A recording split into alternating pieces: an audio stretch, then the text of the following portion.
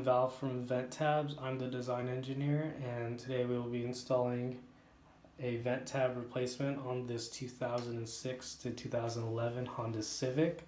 This is for the left and center left vent assembly. First, we start by finding the unique blade that the vent tab will mount to, which is this one here. I'm going to open it up. Next, center the back blades. You'll know which one's the correct one because it has a cutout. Next, take your vent tab replacement and line up the fork with the back post. And hold it there.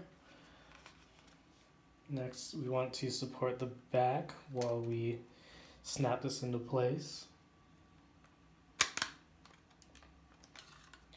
Perfect. And now you have a fully functioning vent again.